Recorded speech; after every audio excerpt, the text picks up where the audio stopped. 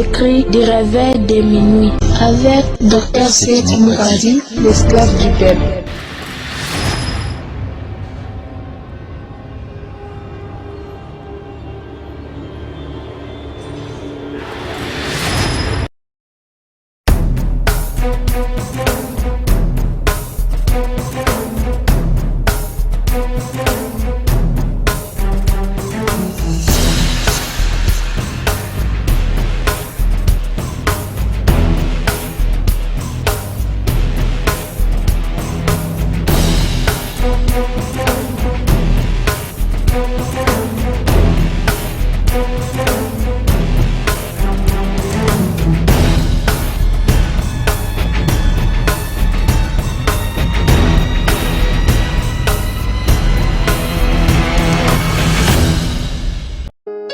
Très chers frères et sœurs, Shalom, et bienvenue dans votre émission, les cris du réveil de minuit, présentée par votre humble présentateur, le Dr Seth Moukadi. Je tiens grandement à vous remercier et à remercier le Seigneur, ainsi que le grand consolateur qui est le Saint-Esprit, lui le véritable enseignant qui nous enseigne toutes choses. Aujourd'hui, je vais pouvoir faire la continuité sur l'enseignement que j'avais déjà débuté, qui est intitulé comme suite Exode chapitre 12. Aujourd'hui, je vais maintenant parler en détail sur chaque point que j'ai énuméré et sur lesquels nous allons pouvoir s'édifier. Avant tout, nous allons lire Moïse dans Exode chapitre 12 du 3e verset jusqu'au verset 11. L'Éternel parla à Moïse et dit: parle à toute l'assemblée d'Israël et dites: le 10e jour de ce mois, on prendra un agneau pour chaque famille, un agneau pour chaque maison. Si la maison est trop peu nombreuse pour un agneau, on les prendra avec son plus proche voisin, selon le nombre des personnes. Vous compterez pour cet agneau d'après ce que chacun pourra manger. Ce sera un agneau sans défaut, mâle âgé d'1 an. Vous pourrez prendre un agneau ou un chevreau. Vous les garderez jusqu'au 14e jour de ce mois, et toute l'assemblée d'Israël l'immolera entre les deux soirs. On prendra de son sang et on en mettra sur les deux poteaux et sur les linteaux de la porte des maisons où on les mangera. Cette même nuit, on en mangera la chair rôtie au feu, on la mangera avec les pains sans levain et des herbes amères. Vous ne mangerez point à demi cuit et bouilli au feu, mais il sera rôti au feu, avec la tête, les jambes et les entrailles. Vous n'en laisserez rien jusqu'au matin, et s'il en restait quelque chose le matin, vous les brûlerez au feu. Quand vous le mangerez, vous aurez vos reins sains, vos souliers aux pieds et votre bâton à la main, et vous les mangerez à la hâte. C'est la Pâque de l'Éternel. Alors, je vais pouvoir parler de chaque détail, parce que nous voyons ici qu'il y a des points sur lesquels nous allons immoler l'agneau au travers de ces partages, puisqu'il faut décortiquer la forêt des Écritures et donner l'explication de chaque Écriture. Alors, je vais pouvoir parler sur le premier point, qui est celui d'arrestation de l'agneau ainsi que de l'examination de l'agneau. Car selon les instructions que Dieu avait données à Moïse, était celui d'arrêter l'agneau le 10e jour du mois et de l'examiner durant 4 jours. C'est alors qu'il serait immolé entre les deux soirs. Donc, l'agneau devrait être arrêté le 10e jour. Après lui avoir arrêté le 10e jour, on doit garder l'agneau. Chaque maison doit garder son agneau durant 4 jours d'examination. Aujourd'hui, on vérifie la tête n'a pas d'erreur. Demain, on vérifie les jambes, on vérifie tout. Qu'on trouve à ce que l'agneau n'a point d'erreur, ni de plaie, ni quoi que ce soit qui est mauvaise. Et une fois vérifier que l'agneau n'a pas d'erreur, c'est alors que l'agneau serait immolé. Or, vous savez déjà, parce que lorsque j'ai eu à parler sur qui est l'agneau, où j'ai expliqué sur les 2 sortes de l'agneau qui est dans la Bible, j'ai eu à démontrer qui est le véritable agneau. Et cet agneau d'Exode 12 n'est rien d'autre que Christ lui-même. Quand Yeshua est venu dans le monde, il est venu comme le véritable agneau qui devrait ôter les péchés du monde. C'est pourquoi Jean lui a présenté étant comme l'agneau de Dieu. Cet agneau devrait être arrêté le 10e jour et examiné durant 4 jours. Or, lorsque nous parlons des nombres 10, le nombre 10 nous donne les Torah, car le Torah est l'ensemble des 10 commandements. Réunis, c'est ce qui forme la loi. Vous voyez, si nous prenons Jean va nous expliquer que le 10e jour qui a arrêté, ou le 10e jour qu'on a arrêté, le Seigneur, ça parle de la loi de Moïse qui devrait arrêter le Messie. C'est pourquoi, dans Jean chapitre 19, le verset 7, il est écrit ceci. Les Juifs lui répondirent, nous avons une loi et selon notre loi, il doit mourir parce qu'il s'est fait fils de Dieu. Donc, ce qui a arrêté Yeshua, ou le 10e jour d'arrestation de l'agneau, ça parle de la loi de Moïse qui devrait arrêter le Christ. Car en réalité, c'est lui qui a arrêté notre Seigneur. C'est la loi de Moïse. C'est pourquoi ici les Juifs ont approuvé par rapport à la loi. Ils ont dit, nous avons une loi et selon notre loi, il doit mourir parce qu'il s'est fait fils de Dieu.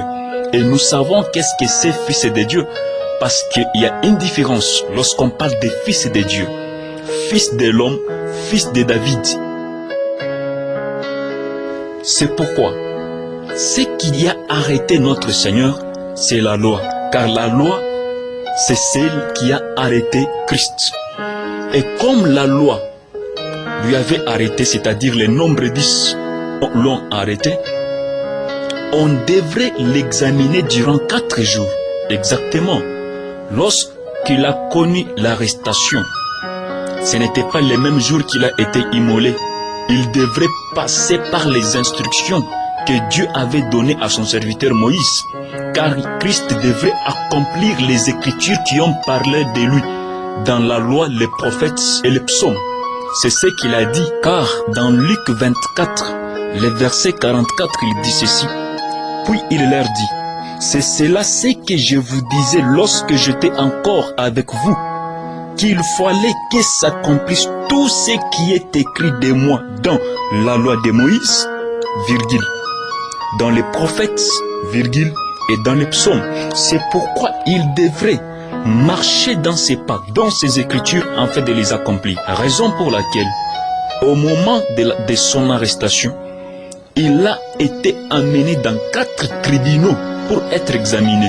Lorsque nous lisons dans Jean chapitre 18, nous commençons par les versets 13 en descendant, vous allez comprendre qu'il devrait être amené par les sacrificateurs Anne, puis être amené chez Caïphe, que Caïphe aussi examine s'il va trouver les erreurs dans la personne de Yeshua. Quand Caïphe a examiné, il n'y avait point d'erreur. Hérode devrait aussi l'examiner. Et Pilate également devrait aussi l'examiner. Ce sont les 4 tribunaux qui ont examiné le Seigneur. Et quand ils l'ont examiné, on a trouvé qu'en lui il n'y avait pas d'erreur. C'est là qu'il devrait être crucifié. De la même manière que l'agneau d'Exode devrait aussi être examiné durant 4 jours. Et une fois qu'on se rend compte qu'il n'a point d'erreur, c'est là qu'on doit l'immoler entre les 2 soirs. Et Yeshua, le véritable agneau de Dieu qui doit ôter les péchés du monde, ne doit pas contenir de péché. C'est pourquoi il devrait passer par les 4 tribunaux. Durant ces 4 tribunaux, qui doit l'examiner afin de tenir compte qu'il n'a pas d'erreur. Et une fois qu'il n'a pas d'erreur, c'est là qu'on doit l'immoler entre les 2 soirs. Vous voyez les 4 jours de l'examination de l'agneau. Ce sont les 4 tribunaux qui ont examiné Yeshua. En parlant aussi de ces 4 tribunaux, nous allons comprendre que ces 4 tribunaux sont 1 Corinthiens chapitre 14. Ça parle des 4 langages de la parole. Car la parole de Dieu doit aussi être examinée dans 4 langages. Dans le langage de la connaissance, dans le langage de la prophétie, dans le langage de la révélation et dans le langage de la doctrine. Un prédicateur qui n'est pas en mesure d'examiner les messages, l'évangile, dans ces 4 langages, il n'est pas encore mature, car il n'a pas encore de mamelles, il n'a que des seins. Or, si on a des seins et qu'on n'a pas de mamelles, comment est-ce qu'on va allaiter aux enfants? Comment est-ce qu'on va donner la nourriture aux enfants? C'est pourquoi dans Cantique des Cantiques, il est écrit, nous avons encore une petite fille qui n'a pas encore de mamelles. Que ferons-nous le jour où on va la chercher? C'est ça, ça parle des prédicateurs ou des églises qui ne sont pas encore matures. Un prédicateur qui se dit prédicateur mais qui n'a pas la mâchoire fraîche afin de défendre le peuple. Donc, les 4 jours de l'examination de l'agneau sont les 4 tribunaux qu'on a examiné l'agneau de la nouvelle alliance et sont aussi les 4 langages dans lesquels nous devons examiner l'agneau afin de lui présenter maintenant au peuple. Car si nous les prêchons dans le langage de la connaissance, on doit tenir compte qu'il n'a pas d'erreur dans celui de la prophétie, également aussi dans celui de la révélation et dans celui de la doctrine. Car la parole ne peut pas se contredire. On ne peut pas mieux prêcher dans la connaissance, mais se contredire dans la révélation, ça ne s'explique pas. Ça montre que cet agneau n'est pas examiné, car il a des erreurs. Donc, si l'agneau n'est pas examiné durant 4 jours, sachez qu'il y aurait toujours des erreurs dans ce que vous allez prêcher. Il y a beaucoup des erreurs que nos prédécesseurs ont commises. Il y en a beaucoup qu'on ne saurait pas tout énumérer. Vous allez voir, on vous prêche, on vous dit que Christ à la croix, il a dit « Mon Père, pourquoi tu m'as abandonné ?» Ce sont des erreurs. Il n'a jamais dit que mon Père, pourquoi tu m'as abandonné? Il n'a jamais dit ça, mais il demandait le secours car il appelait Élie. C'est ce que les gens ont dit, il l'appelle Élie. Dieu n'a jamais abandonné personne. David pouvait dire, j'ai été jeune et j'ai vieilli. Je n'ai jamais vu un juste abandonné, ni sa postérité mendiant son pain. Et comment lui, le Fils de Dieu, pouvait être abandonné à la croix? C'est une erreur. Les traducteurs qui ont traduit la Bible, ils n'étaient pas des gens qui étaient inspirés de Dieu. Ils avaient uniquement la connaissance d'une langue à une autre. Et c'est ainsi qu'ils pouvaient traduire dans des langues différentes. En traduisant, ils ont eu à commettre beaucoup des erreurs. Lorsque vous appelez les livres, les derniers livres, vous l'appelez Apocalypse. En réalité, cet livre ne doit pas être appelé ainsi. Il doit être appelé Révélation. C'est ce que Jean a dit, la révélation de Yeshua ou la révélation de Jésus. Mais Apocalypse signifie mystérieux, qui est caché. Or, là-bas, c'est révélé. Vous voyez, c'était un bon travail que les traducteurs ont eu à faire, celui de prendre les livres de Moïse et de les subdiviser en 5 livres. Car Moïse n'avait pas écrit 5 livres, mais Moïse avait écrit un seul livre qui a été divisé en 5 livres. C'est pourquoi l'examination de l'agneau est très importante. L'agneau doit être examiné dans tous les langages. Dans celui de la connaissance, on trouve qu'il n'y a pas de contradiction, il n'y a pas d'erreur. Dans celui de la prophétie, de la révélation et dans celui de la doctrine, on doit se rendre compte qu'il n'y a pas toujours des erreurs. Lorsque nous prenons l'évangile de Matthieu, nous les comparons à celui de Marc, à celui de Luc, à celui de Jean. Quelqu'un peut te dire qu'il y a des contradictions. Et lorsque nous prenons, par exemple, la guérison de l'aveugle près de Jéricho, Matthieu dans son évangile, il va te dire que Yeshua, en sortant de Jéricho, il s'est rencontré avec des aveugles au bord du chemin. Et ces aveugles avaient besoin de recouvrir la vue. Mais ce n'est pas du tout le cas avec Luc. Car Luc, d'après son évangile, il va te dire, comme ils s'approchèrent de Jéricho, un aveugle était assis au bord du chemin et mendiant. Vous voyez, Luc n'a pas parlé des deux aveugles, mais Luc a parlé d'un seul aveugle. Et il a parlé de quel mouvement? Du mouvement d'entrée Luc, lui, a vu le Seigneur entrer dans Jéricho. C'est pendant que Matthieu lui a vu sortir de Jéricho. Mais quand nous allons chez le frère Marc, Marc a vu deux mouvements, celui d'entrer et celui de sortir. Vous voyez au moins? Non seulement ça, lorsque vous prenez l'histoire de la résurrection du Seigneur, vous comparez celui de Matthieu, de Marc, de Luc, de Jean, vous pouvez vous dire qu'il y a des contradictions. Mais en réalité, il n'y a pas de contradictions, il y a des explications. C'est pourquoi l'agneau doit être examiné avant de le présenter. Raison pour laquelle, lors de la mort du père Jacob, ce sont les médecins de Joseph qui ont eu à embaumer le corps de Jacob durant 40 jours, afin d'être exposé durant 70 jours. Pendant 4 jours, on lui embaumait avec 3 produits, le myrrhe, les aromates et le baume. Étant donné que le corps du père Jacob était embaumé, son corps n'a pas pu donner une mauvaise odeur. Or, dans Ecclésiaste chapitre 1, le verset 15, il est écrit « Ce qui est courbé ne peut se redresser, et ce qui manque ne peut être compté. » Dans 40, ce qui manque c'est 0, parce que 0 on les compte point. Alors, si nous bannissons les 0, on va rester avec 4, qui est comparable aux 4 jours de l'examination de l'agneau. Un agneau qui n'est pas examiné, c'est un agneau qui contient 2 erreurs et il ne va amener le peuple nulle part si ce n'est en enfer. Car l'évangile qui a des erreurs, c'est l'évangile de l'imperfection. C'est pourquoi on devrait examiner l'agneau durant 4 jours afin de l'immoler entre les déchoirs. Et comme notre Seigneur a été examiné dans les 4 tribunaux, et on a conclu qu'en lui il n'y avait pas de erreurs, c'est pourquoi il a été également immolé entre les déchoirs.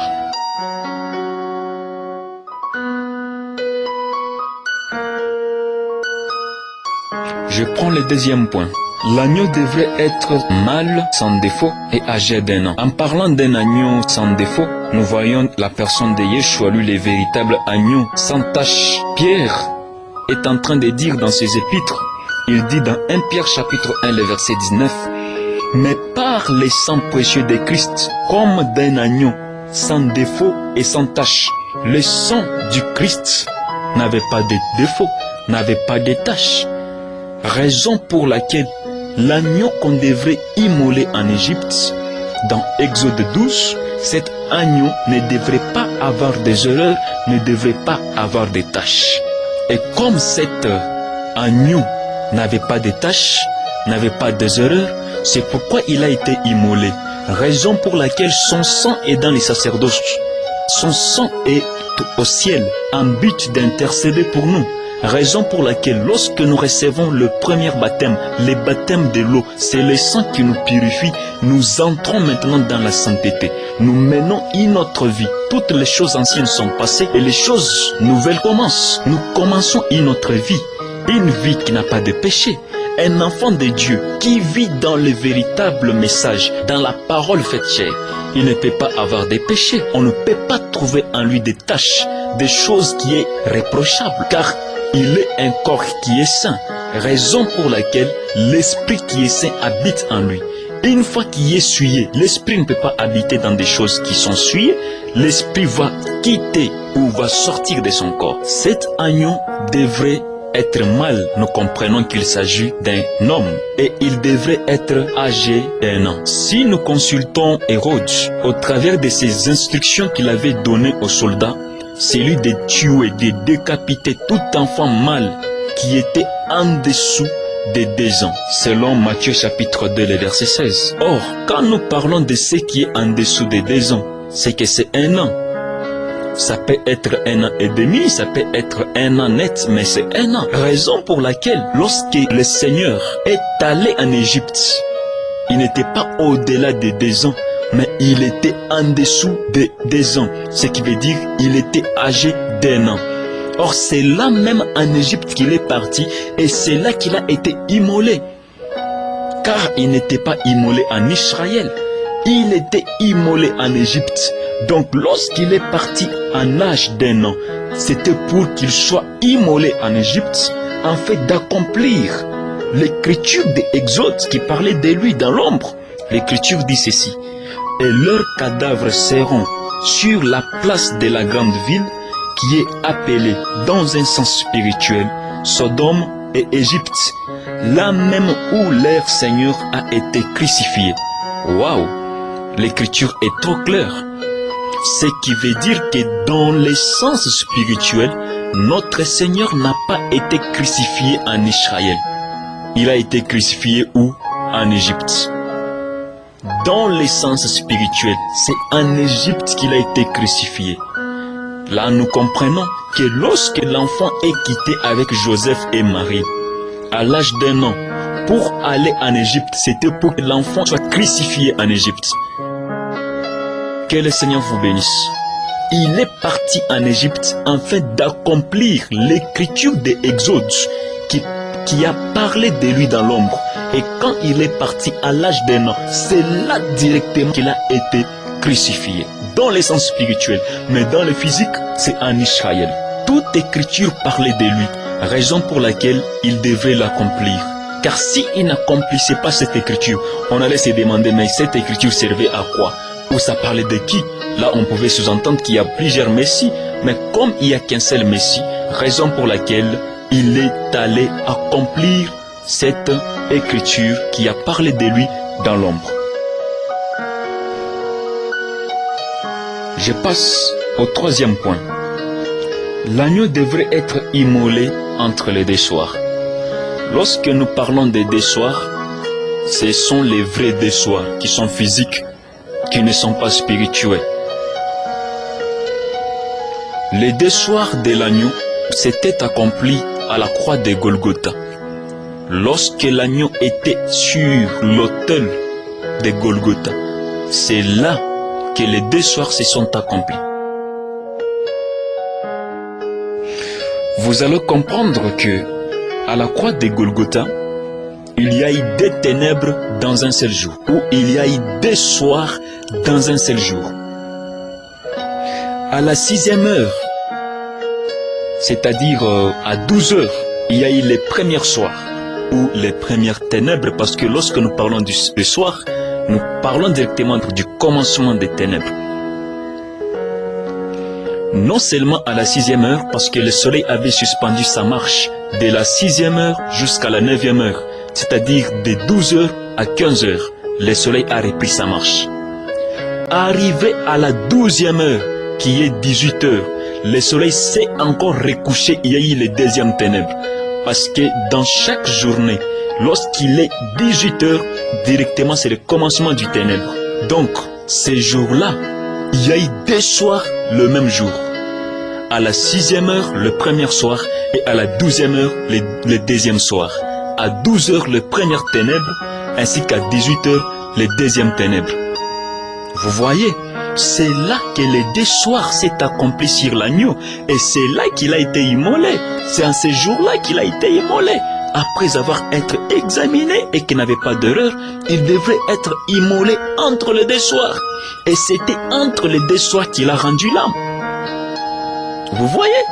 Donc, toute écriture parlait de lui et l'écriture devrait s'accomplir sur lui. Il devrait accomplir chaque écriture qui a parlé de lui dans la loi de Moïse, dans les prophètes ainsi que dans les psaumes. Gloire soit rendue à l'Adonai.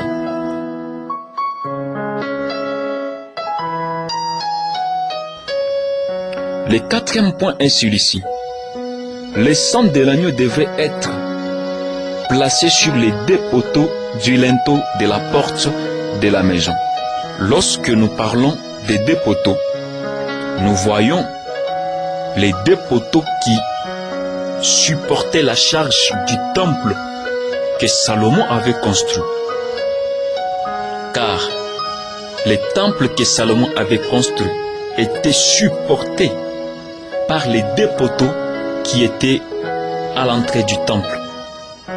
Lorsque nous lisons dans 2 Chroniques, chapitre 3, le verset 17, l'Écriture dit ceci. Il dressa les colonnes sur les devants du temple, l'une à droite et l'autre à gauche. Il nomma celle de droite Jachin et celle de gauche Boaz. Ces deux colonnes sont les deux choses que l'Église doit marcher avec. car l'Église doit marcher avec la parole et la puissance, selon ce qui est écrit par le frère Paul dans 1 Corinthiens chapitre 4, le verset 20. Il dit, car le royaume de Dieu ne consiste pas en parole, mais en puissance. Donc, les deux poteaux de linteau de la maison, ce sont les deux choses que l'Église doit marcher avec, car ce sont ces deux choses qui doivent supporter la charge de l'Église. Une Église qui n'a pas la parole et qui n'a pas la puissance n'est pas la véritable Église. Quand nous parlons de la parole, nous voyons de la personne de Yeshua. Et quand nous parlons de la puissance, nous voyons la personne du Saint-Esprit. Une personne qui n'a pas le Saint-Esprit, ce n'est pas une Église. L'Église doit marcher toujours avec ces deux choses, la parole et le Saint-Esprit. Ça marche toujours ensemble. Lorsqu'il y a la parole et qu'il n'y a pas le Saint-Esprit, ce n'est pas l'Église. Lorsqu'il y a le Saint-Esprit et qu'il n'y a pas la parole, ce n'est pas l'Église. Mais on doit trouver dans l'Église la parole ainsi que le Saint-Esprit. Lorsque nous voyons les sang était comme un signe qui pouvait servir à l'ange de voir qu'ici il y a les enfants de Dieu. Et lorsque l'ange va voir les signes, il ne va pas tuer, il ne va pas entrer dans la maison où il y a la marque du sang. En parlant du sang, il y a un point que je peux dire. Le sang de Yeshua a été présenté à Dieu dans le tabernacle le plus parfait, afin que Dieu ait miséricorde de nous et qu'il nous pardonne de nos péchés. Je prends le cinquième point. L'agneau devrait être mangé avec son plus proche voisin. Qui est le plus proche voisin? Ici, vous allez comprendre premièrement qu'il est question de la fraternité. Lorsque tu as la fraternité, tu partagerais avec tout celui qui est plus proche de toi. Mais une fois que tu n'as pas la fraternité, c'est difficile. Car celui qui est plus proche de toi, c'est celui qui est dans ton cœur. Une fois que tu portes ton frère, ta soeur, tes parents dans ton cœur, il est plus proche de toi, car ton cœur est en toi, c'est plus proche.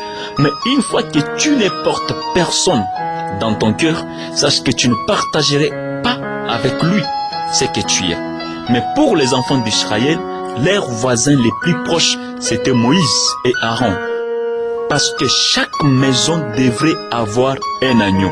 Et comment tu peux partager avec la maison d'une autre personne cependant que lui a déjà un agneau qui lui contient? Le plus proche voisin, c'était Moïse et c'était Aaron. C'est avec eux que les enfants d'Israël devraient partager l'agneau. Mais pour l'Église, le plus proche voisin, c'est celui que tu portes dans ton cœur. Une fois que tu bannis, tu fais sortir la personne de ton cœur, sache qu'il n'est plus ton plus proche voisin. Tu peux vivre avec une personne, mais aussi longtemps qu'il n'est pas dans ton cœur, il n'est pas encore ton plus proche voisin. Car une fois que tu lui installes, tu marches avec lui dans ton cœur, là il devient ton plus proche. Tu partagerais avec lui ce que tu as et lui ferait de même avec toi. La fraternité doit animer l'Église. Une Église qui n'a pas la fraternité, une Église qui n'a pas l'amour fraternel, c'est une Église qui ne marche pas dans les commandements du Seigneur, qui ne marche pas dans la volonté de Dieu. L'Église doit marcher avec la fraternité. Aujourd'hui, vous allez voir un frère qui peut avoir beaucoup de biens, mais qui n'a pas la volonté de partager avec son prochain. Pourquoi? Parce qu'il n'est pas son plus proche voisin. Car s'il était son plus proche voisin, c'est-à-dire s'il lui portait dans son cœur, il allait lui donner. La fraternité accumule beaucoup de choses. Dans la fraternité, il y a les pardons, il y a la compréhension, il y a beaucoup de choses. Mais une fois que tu ne portes pas quelqu'un dans ton cœur, comment tu peux lui pardonner? Même dans un couple, une fois que tu as cessé d'aimer ta femme, d'aimer ton frère, d'aimer tes enfants, sache directement qu'il n'est plus ton plus proche voisin et c'est difficile que tu puisses lui pardonner, c'est difficile que tu puisses lui comprendre car il n'est plus ton plus proche voisin. Je demanderai à toi, celui qui est en train de me suivre, qu'il est recommandé par le Seigneur d'avoir la fraternité, d'avoir le plus proche voisin en toi. Si moi je suis ton plus proche voisin, toi aussi tu dois être mon plus proche voisin. Ça doit être le vice-versa. Car la fraternité ne doit pas être seulement dans l'autre et pas dans un autre. Mais la fraternité doit nous animer tous, car c'est cela qui doit nous animer. Je prends le 6e point. L'agneau devrait être rôti au feu avec la tête, les jambes et les entrailles.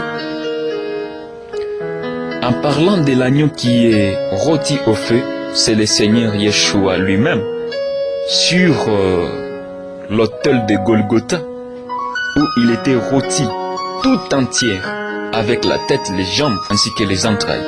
Or, dans une nourriture qui est rôtie, on ne peut pas y ajouter n'importe quel ingrédient, car on risque d'abîmer le plat, on risque d'abîmer la nourriture. Dans une nourriture qui est rôtie, lorsque je demande à ma femme bien-aimée, la sœur Esther, dans les choses qui est rôties, quel est l'ingrédient qu'on peut y ajouter? Dans des choses qui est rôties, on ne peut ajouter que le vinaigre. Ah, là j'ai compris le pourquoi. Car lorsque notre Seigneur était sur la croix, il a dit « J'ai soif ». Et les soldats romains qui étaient près de lui et qui ont entendu cela, il ne lui a pas donné de l'eau, mais il lui a donné du vinaigre. Or, le vinaigre, on ne le met que sur les choses qui est rôties. Donc, les soldats romains avaient compris que cet homme, il était un agneau. Parce que Jean avait dit, c'est lui l'agneau de Dieu. Et la croix de Golgotha, c'était ça son autel. C'était sur cette croix, formée de deux bois, qu'il a été rôti, tel que la veuve de Sarepta pouvait aussi utiliser deux bois pour allumer le feu. Donc ce sont ces deux bois qui ont allumé le feu afin de consumer l'agneau qui était sur l'autel. Et quand il demande de l'eau, les soldats disent non. Si je lui donnais de l'eau, j'abîme la nourriture. Mais je dois mettre du vinaigre afin que la nourriture soit bonne. Raison pour laquelle on a mis du vinaigre. On lui a donné du vinaigre à la place de l'eau. Parce que le vinaigre, on les donne qu'aux choses qui est rôti au feu. Et dans Exode, l'instruction que Dieu avait donnée était celui de rôtir l'agneau. Pas que l'agneau soit bouilli, non. L'agneau doit être rôti. Et comme les soldats avaient compris cela, il a mis que du vinaigre pour accompagner aussi le goût de la nourriture. Donc, ces soldats avaient la révélation. Avoir la révélation, c'est une bonne chose. Tu dois avoir la révélation du temps, la révélation du message du temps. Tu risques de prêcher un message qui est déjà passé, une prophétie qui est déjà passée. Mais comme tu n'as pas la révélation du temps, tu prêches des choses déjà accomplies. On doit toujours avoir la révélation du temps. Tu dois comprendre dans ces temps-ci, Dieu a dit quoi. Dans ces temps-ci, Dieu s'est révélé comment. Dieu s'identifie comment. Tu dois avoir la révélation du temps. Je prends le 7e point. Et le 7e point nous dit ceci. L'agneau devrait être mangé avec le pain sans levain et des herbes amères. Lorsque nous parlons de pain sans levain, nous parlons des ajouts. Dans l'agneau, on ne doit rien ajouter. Parce qu'actuellement, il y en a de ceux-là qui ajoutent à la place qu'il ne faut pas ajouter. Parce que dans les Écritures, on ne doit pas ajouter, mais on doit expliquer selon ce qui est écrit. Je me souviens les jours que j'avais rencontré un frère du témoin de Jéhovah et on partageait avec lui sur les 4 cavaliers d'Apocalypse. Je lui demanda sur les premiers cavaliers, selon ce qu'ils disent que le premier cavalier qui est sur le cavalier blanc représente Jésus, etc. Mais je lui ai posé la question, pourquoi sur vos journaux ou sur vos revues là, vous présentez un arc qui a le flèche? Parce que si nous lisons dans l'écriture, on dit que ces cavaliers avaient un arc. On n'a pas cité qu'il y avait des flèches. Il n'a pas su comment me répondre. Et si vous dites que c'est Jésus, comment est-ce que Jésus viendra avec un arc qui a les flèches? Or, dans ces temps-ci, nous sommes au temps où l'arc de Dieu n'a pas de flèches. Dieu nous présente un arc qui n'a pas de flèches dans le ciel. C'est un arc qui servait à Dieu. Lorsque Dieu veut frapper les mondes, il regarde, son arc n'a pas de flèches. Ça montre que la colère de Dieu est apaisée. Mais comment se fait-il? Vous nous présentez un arc qui a une flèche et vous nous dites que c'est Jésus. Vous voyez? Donc, ça montre l'esprit des ajouts. Ça montre les ajouts. On ne doit rien ajouter à ce qui est écrit.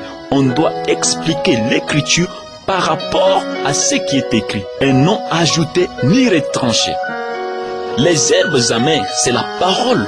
Et lorsque nous parlons des herbes amères, là nous devons rentrer dans l'arche. Parce que dans l'arche que Noé avait construit, il n'y avait qu'une seule nourriture que mangeaient les hommes et les animaux. C'était de l'herbe. C'est ça la nourriture que mangeaient les hommes et les animaux. C'était de l'herbe. Donc la nourriture de l'arche doit être conforme. Car nous voyons la colombe et les corbeaux tous manger une même nourriture. On ne doit pas avoir plusieurs nourritures dans l'arche. On ne doit pas avoir plusieurs nourritures. On ne doit pas avoir plusieurs nourritures dans l'église. Plusieurs doctrines, non. Si vous partez chez les Garingas, ils vous diront que nous avons notre doctrine. Vous partez chez les baptistes, non, selon notre doctrine, nous on fait comme ça. Vous partez chez les églises dites de réveil, selon leur doctrine, ils font comme ça. Non, l'église, corps du Christ, doit avoir une seule doctrine qui est la doctrine du Christ. Et si quelqu'un ne se conforme pas à cette doctrine-là, la doctrine que les apôtres ont appliquée, directement nous comprenons que cette église n'a point Dieu. C'est ce qui est écrit. L'écriture dit, quiconque va plus loin et ne demeure pas dans la doctrine du Christ, il n'a point Dieu. Mais celui qui demeure dans cette doctrine-là a le Père et le Fils. Nous devons savoir les enseignements doctrinaux. Le même baptême que les apôtres ont appliqué, c'est le même baptême que nous devons appliquer à ces temps-ci. Mais dites-moi, quel est le baptême que les apôtres ont appliqué et quel est le baptême que votre église ou votre leader applique?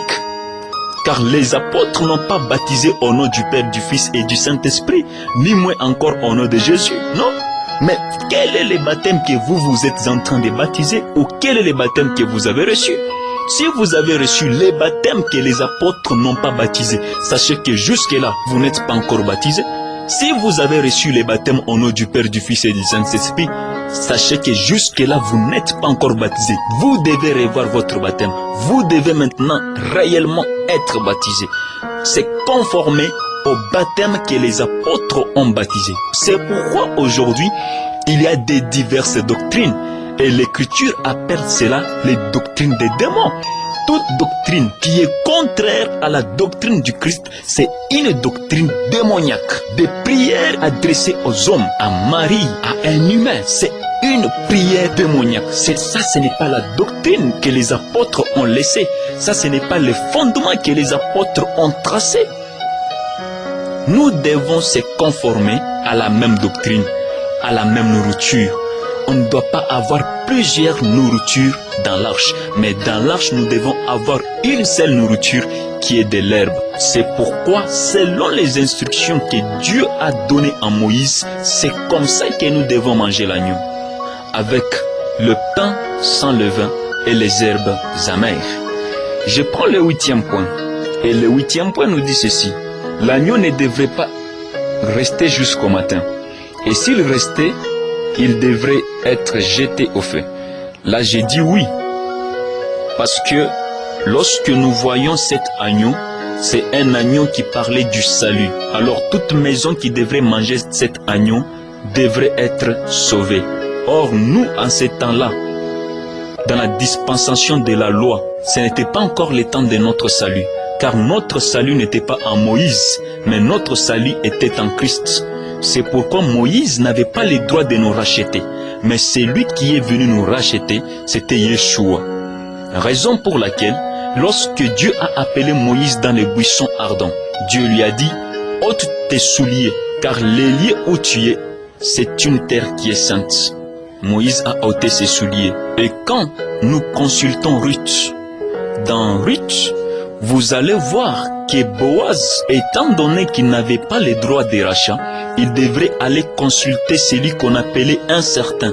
C'est celui-là qui avait le droit de rachat. Et quand le certain a donné les droits de rachat à Boaz, c'est alors que Boaz est allé racheter Ruth. Or, pour avoir les droits de rachat, celui qui a les droits de rachat doit ôter les chaussures et donner à celui qui doit contenir maintenant les droits de rachat.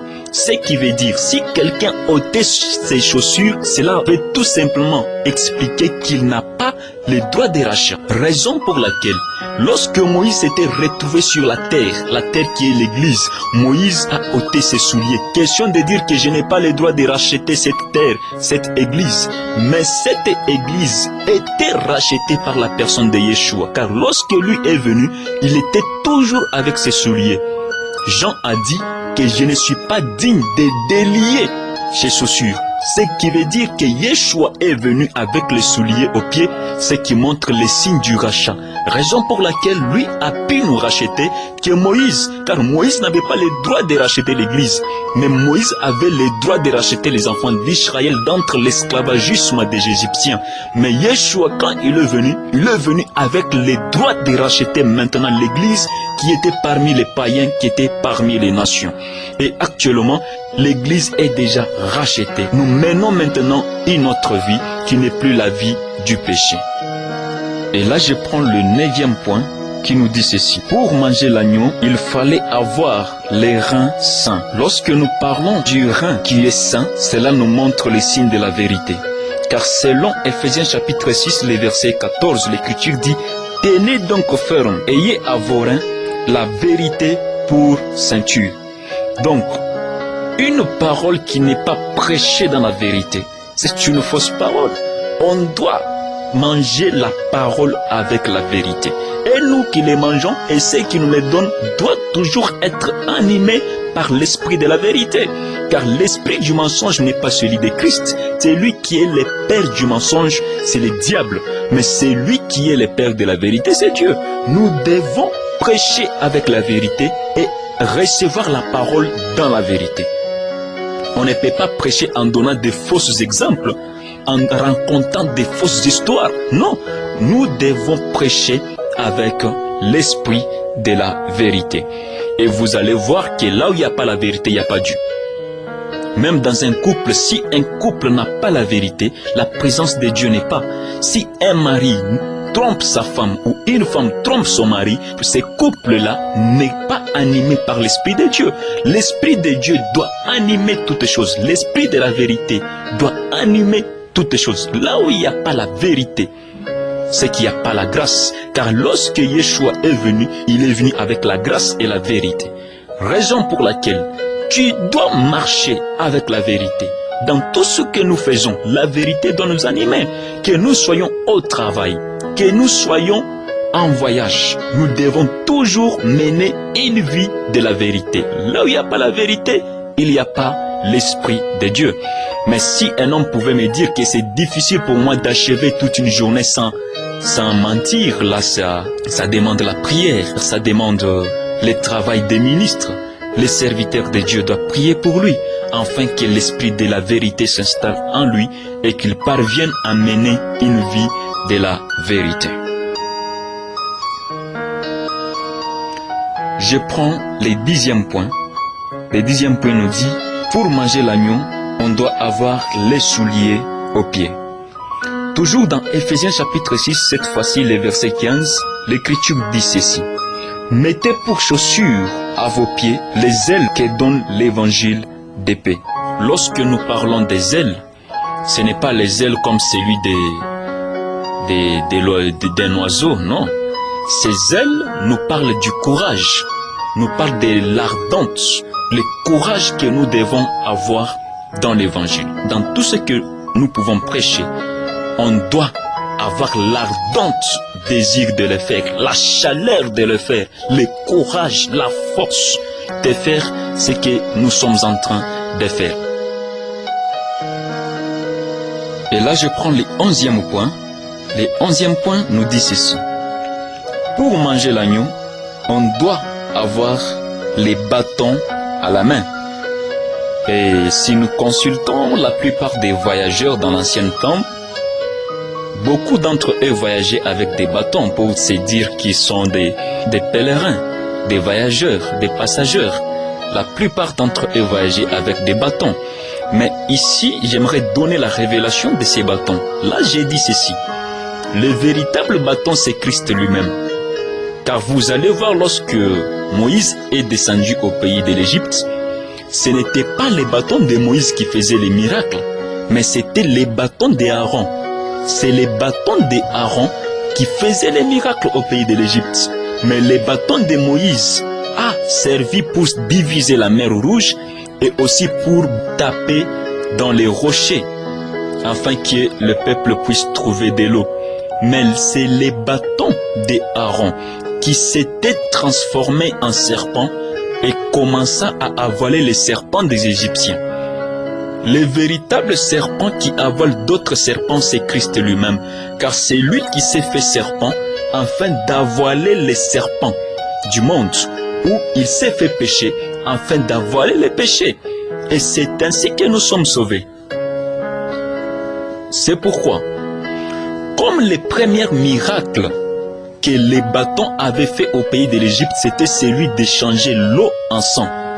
Et quand les véritables bâtons, qui est les bâtons qui marchent, quand il est venu dans le monde, son premier miracle qu'il a eu à faire, c'était celui d'échanger l'eau en vin. Vous voyez? Donc, il a accompli ce qui est parlé de lui dans l'ombre et il est venu l'accomplir dans l'image. Je n'entre pas en profondeur sur les miracles du changement de l'eau en vin, car là, il y a beaucoup de choses. Mais un jour, j'en parlerai sur cela. Je prends le 12e point. Je prends le 12e point, qui est celui-ci. L'agneau devrait être mangé à la hâte. Exactement. Lorsque vous rencontrez ou lorsque vous trouvez quelqu'un qui mange à la hâte, demandez-lui, il vous dira que je suis prêt pour sortir. Lorsqu'on mange à la hâte, ça montre qu'on n'a pas le temps à perdre, car d'ici là nous devons sortir. C'est-à-dire, lorsque nous prêchons l'évangile, ce n'est pas les prêcher à la hâte, pressé, non, mais c'est pour dire que nous n'avons pas le temps à perdre. Nous n'avons pas le temps. Un enfant de Dieu ne peut pas vivre comme celui qui doit rester dans le monde. Car celui qui doit rester dans le monde va faire des choses à la manière légère pour dire qu'il a beaucoup de temps. Mais nous avons peu de temps. Ce qui veut dire qu'on ne peut pas rapporter à demain ce qu'on doit faire aujourd'hui. Si c'est aujourd'hui le jour de ton salut, accepte que tu sois sauvé. Si c'est aujourd'hui le jour de ton baptême, accepte que tu sois baptisé. Ne dis pas demain, je n'ai pas le temps, je n'ai pas le temps. Ça montre que tu n'as pas la position de sortir, la position d'être enlevé, la position de quitter dans le monde. Car si réellement tu sais que tu n'as pas le temps à perdre, tu dois faire des choses à la hâte. Tu ne dois pas rapporter à demain ce que tu dois faire aujourd'hui. C'est pourquoi, chers prédicateurs, lorsque vous prêchez, ne prêchez pas que demain vous allez encore prêcher. Non, prêchez comme si c'est votre dernier jour à prêcher. Sanctifions-nous comme si c'est notre dernier jour à nous sanctifier. Faisons des bons actes comme si c'est notre dernier jour à vivre sur la terre. N'attendons pas à faire le mieux demain. Non, faisons le mieux dès aujourd'hui, car le demain ne nous appartient pas. C'est pourquoi, cher peuple de Dieu, nous sommes dans un temps où nous attendons tous l'enlèvement. Car je sais que si l'enlèvement continue à tarder, certains d'entre nous vont rentrer à la maison. Moi, je ne dis pas qu'ils vont mourir. Ils vont rentrer à la maison. C'est-à-dire, ils vont aller au paradis pour se reposer. Et certains, nous allons entendre avec eux l'enlèvement. C'est pourquoi, moi, j'ai toujours dit que moi, je n'irai pas au paradis. Ah oui, je n'irai pas au paradis. Moi, c'est l'enlèvement. Ceux qui seront enlevés n'iront pas au paradis. C'est seulement ceux qui meurent aujourd'hui dans le Seigneur qui partent se reposer dans le sein d'Abraham qui est appelé le paradis. Mais ceux qui seront enlevés ces jours-là, ils ne passeront pas dans le paradis. Ils ne vivront ni même pas le bonheur du paradis. Et c'est directement, ils seront transformés dans un corps incorruptible et directement, ils partent dans les airs à la rencontre du Seigneur et directement, ils vont entrer dans la salle des noces et rentrer plus tard pour restaurer Israël d'entre les mains de l'Antéchrist au moment de la guerre de l'Armageddon. Je bénis le Seigneur pour ces moments que nous avons eu à partager avec vous au travers de ces messages. Et si vous avez des questions, n'hésitez pas, contactez-nous. Je bénis le Seigneur à toi celui qui a le courage, à toi celui qui a la soif d'enrichir davantage votre ministère, je vous encourage et je vous invite à suivre beaucoup plus nos émissions, car nous aurons à parler de beaucoup de choses si le Seigneur nous prête encore vie. Je vous bénis et je bénis également votre ministère, votre vie spirituelle aussi. Que le Seigneur vous bénisse abondamment. Merci.